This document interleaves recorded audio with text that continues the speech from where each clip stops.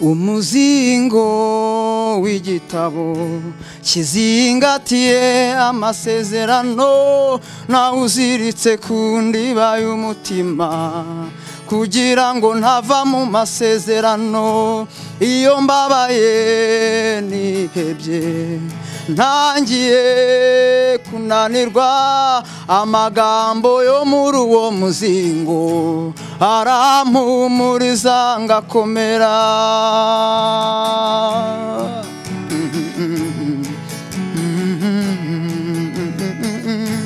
ku musozi wera w'amasezerano ku kanunga gasumba utundi hari igiti cyitwa umusaraba niwo bendera ry'abizera nahageze ndemerewe mpura n'umwami arandamira umutwaro nari mpetse uragwa ampa umuzingo w'igitabo mpagaze ku munara w'amasezerano mbona ijuru rirakingutse ikime cy'umugisha kiratonyanga amasoko yawo aradudubiza ibitonyanga by'uwo mugisha bimanukana n'amavuta yomora biherekezwa na wa muzingo ukubiyemo ibyasezeranijwe umuzingo w'igitabo kizingatiye amasezerano nawuziritse ku ndiba y'umutima kugira ngo ntava mu masezerano iyo mbabaye nihebye ntangiye gucika intege amagambo yo mu muzingo arampumuriza ngakomera iyo mbabaye nihebye ntangiye kubura ibyiringiro amagambo y'umuzingo asubizamo intege ngakomera amagambo muri uwo muzingo arampumuriza ngakomera. Amen. Ni indirimbo abadukurikiye bari ahantu hatandukanye bumvise ubutumwa burimo umuzingo w'igitabo. Umuzingo w'igitabo. Bibiliya se? Yego. Kwivuga iki abantu bari batarayimenyaho wayivuzeho niki? Ni inkuru nakuye mu gatabo k'umugenzi, mu gatabo ka Mukristo kari mu rugendo Mukristo yanyuzemo. Rero ageze ku musaraba umutwaro umaze kumuva ku bitugu hari ibyangombwa yahawe. Muri ibyo byangombwa harimo icyangombwa cyitwaga igitabo cy'umuzingo. Uwo muzingo w'igitabo wari ukubiyemo amakuru yose y'urugendo kugera ageze i Siyoni. Yego. None se umugenzi muri iki gihe urabonaho agaciro uriya muzingo? Ndavuga abakristo abitwa ko ari abakristo. Yego. Abakristo bagize amahirwe yo kubona ko ari agatabo bakagasoma neza. Ubuzima bw'uriya mukristo, ubuzima bwa ririya yerekwa busa neza n'ubuzima bw'umukristo muri iki gihe mu rugendo turimo tugenda rujya mu ijuru. Birasa neza. Rero ibyo yagiye ahura nabyo iyo tubisanishe n'ijambo ry'Imana dusanga neza natwe ari rwo rugendo turimo. Niyo mpamvu nahisemo kubinyuza mu ndirimbo kugira ngo abantu babyumve neza bagende amatsiko yo kumenya ku gatabo k'umugenzi n'ibikubiyemo. Ariko ni nkaho hari abantu batabyumva neza. Ubona abakristo bitwara bate mu guha agaciro aho bagomba kuvoma, isoko bagomba kuvomaho igituma bitwa kuko ari abakristo? Ubibona ute muri iki gihe? Muri iki gihe biragoye. Isi ifite imbaraga nyinshi kandi zikomeye zikurura umukristo. Rero bisaba ko kubibutsa no guhozaho, kandi guhozaho no gusoma biriya bitabo birumvikana by'ubutumwa bwiza. Muri byo harimo Bibiliya, harimo agatabo k'umugenzi n'ibindi bitabo byose bivuga iby'urugendo. Rero uko ugenda bisoma bihinduka ubuzima bwawe, ijambo ry'Imana rikakujyamo bigatuma iby'isi bitagira umwanya munini muri wowe.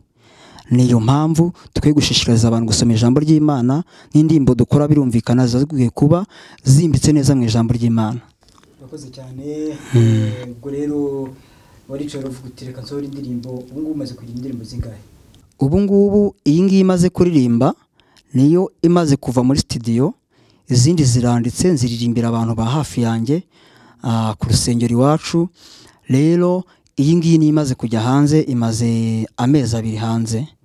Yego, abantu badukurikiye bagize icyo bayumvaho, wifuza ko ari iki basigarana nk'ubutumwa, wavuga uti niyo wayumva wiruka uyumvise ahantu urebye televiziyo runaka, urebye ku mbuga nkoranyambaga iyo video dufata yego, yego, ni iki wifuza ko asigarana?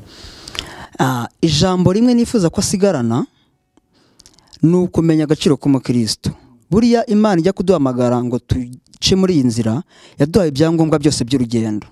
Rero isa n'irimo amagambo ajimije, ariko nk'inyikirizo iravuga ngo umuzingo w'igitabo kizingatiye amasezerano. Ni ukuvuga gikubiyemo amasezerano, nawuziritse ku ndiba y'umutima kugira ngo ntava mu masezerano. Muri iyi nzira duhura n'ibintu byinshi bitubabaza birushya imitima, ariko iyo ufite ijambo ry'Imana mu mutima wawe wararibitse neza, rirakuyobora aho abandi bananiwe kurenga wowe uraharenga. Ibyababaje abandi bikabatera agahinda bakiheba bakajya kure, wowe uhorana ibyiringiro by'ubuzima bw'ejo hazaza. Niyo mpamvu ni uburyo bwo guhumuriza abantu muri uru rugendo kugira ngo tuzagere i Siyoni amahoro. Yego, murakoze namwe.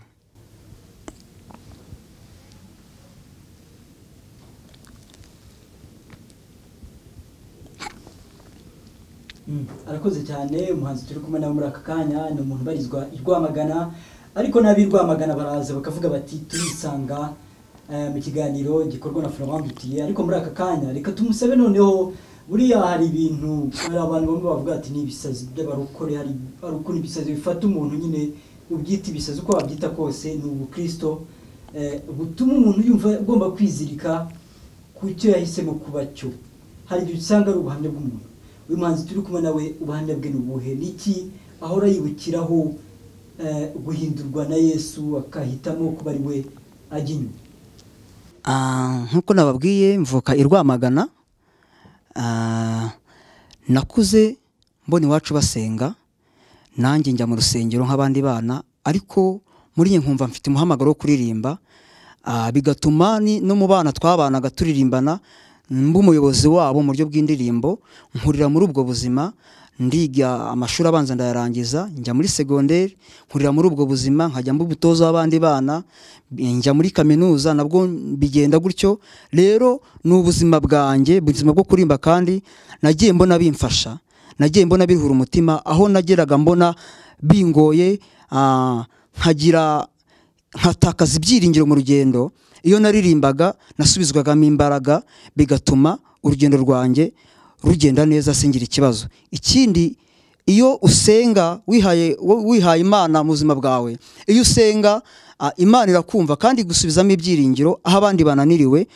Twagiye tubona Imana ibana natwe mu masomo atari yoroshye twagiye ducamo, mu buzima butari bworoshye twagiye tunyuramo, mu buzima bwa gipfubyi twaciyemo. Imana yagiye ibana natwe ikaturera, ikadukuza.